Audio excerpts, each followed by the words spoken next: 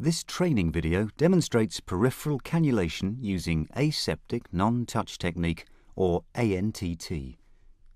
ANTT guidelines focus on the sequence of infection control steps necessary to ensure clinical procedures are performed aseptically. Standardizing ANTT in this way across large workforces has been shown to help significantly reduce healthcare-associated infection. The guidelines are evidence-based and peer-reviewed nationally by experts, and as a result, ANTT is endorsed by EPIC 2 as a best practice example of aseptic technique. Principles of ANTT. The fundamental principle or rule of ANTT is that aseptic key parts must only come into contact with other aseptic key parts or key sites. To ensure this, the practitioner must identify and then protect at all times the key parts and key sites of any procedure. In peripheral cannulation, these are the parts of the equipment that will come into contact with the saline flush or the patient's puncture site. By understanding these principles, the practitioner will achieve asepsis by hand decontamination, using a non-touch technique, sterile equipment, and cleaning other equipment and key parts to a standard which render them aseptic prior to use. Problems with practice. Standards of asepsis in peripheral cannulation are commonly poor and contribute significantly to healthcare-associated infection. ANTT audits performed nationally have identified a number of problematic themes, and these are addressed in this guideline. For example, aseptic fields are rarely used around the puncture site, and equipment trays used for aseptic fields are often insufficient or managed inappropriately. Reusable tourniquets often contaminate the procedure because they are used between patients and microbiologically they are very dirty. Puncture sites are often contaminated by repalpation of the vein just prior to skin puncture. Even though cannulation is an invasive procedure which involves significant exposure to blood, gloves are often omitted. ANTT recognizes that peripheral cannulation is a mini-surgical procedure and that patients should be protected accordingly.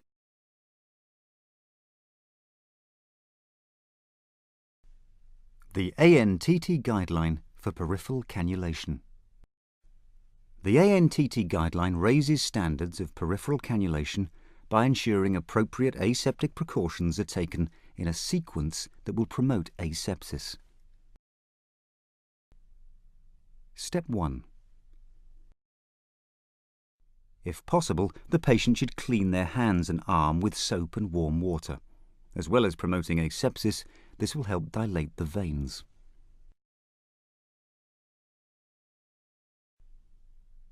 Step 2. In order to break any chain of infection from a previous patient or environmental contact, clean your hands at the beginning, using soap and water or alcohol hand rub as clinically indicated. Step 3. In ANTT, plastic trays are commonly used as aseptic fields. They provide a large, robust and portable working area, which can quickly and easily be made aseptic. Clean your plastic tray with 70% alcohol or according to local policy. Clean the inside first, then the outside, and allow to dry. Step 4. While the tray is drying, gather all the equipment required and place it close to hand around the tray. Step 5. Clean your hands with soap and water or alcohol hand rub, remembering to use correct hand cleaning technique whichever cleaning agent you use. Step 6. Prepare all equipment, draw up a saline flush, taking care to use non-touch technique at all times. Prime the extension set. Protect key parts that are not in use by using dedicated caps or covers or the inside of equipment packets.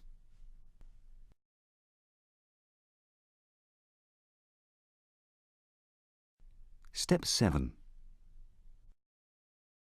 Proceed directly to the patient, place the patient's arm on a pillow, open a cannulation pack or aseptic drape and place the drape under the patient's arm.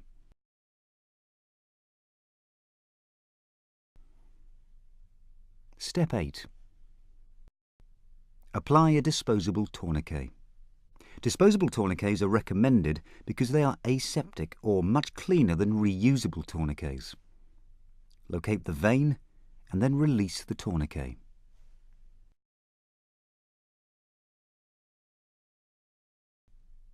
Step 9. Clean hands with soap and water or alcohol hand rub.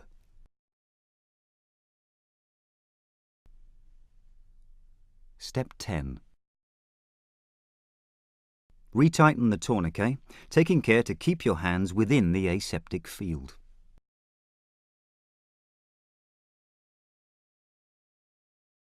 Step 11. Glove choice. Perform the standard antt risk assessment. Ask yourself, can I perform this procedure without touching key parts or key sites? If no, use sterile gloves. If yes, use non-sterile gloves.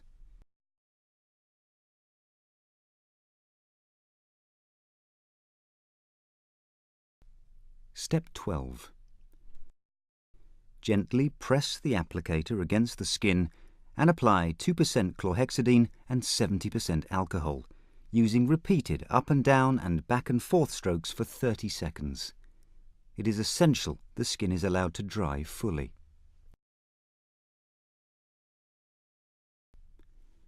Step 13. Anchor the vein below the puncture site and insert the cannula, using non-touch technique. Note well, if it is necessary to repalpate the vein, the site must be re-cleaned before cannulation.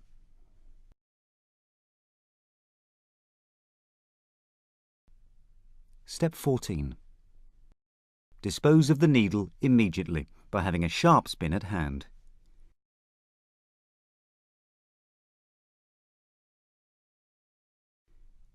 Step 15.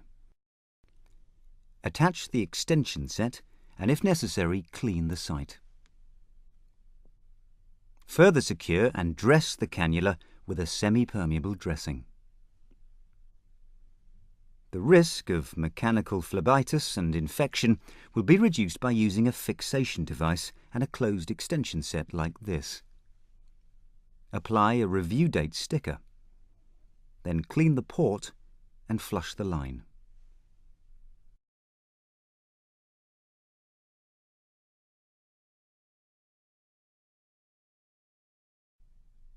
Step 16.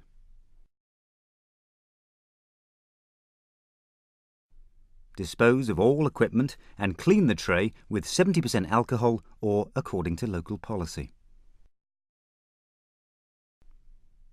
Step 17. First, dispose of your apron and then your gloves.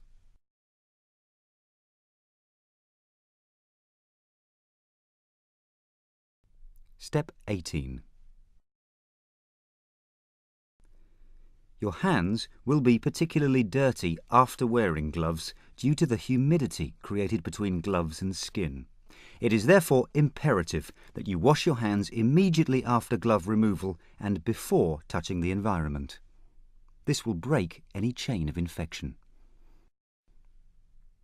Thank you for watching this short demonstration of aseptic non-touch technique. Using antt will help you to translate into practice EPIC 2 guidelines and meet Care Quality Commission standards. But above all, using antt will ensure effective aseptic practice that will help protect your patients from infection. Thank you for your support. ANTT guidelines for core clinical procedures are available from www.antt.co.uk.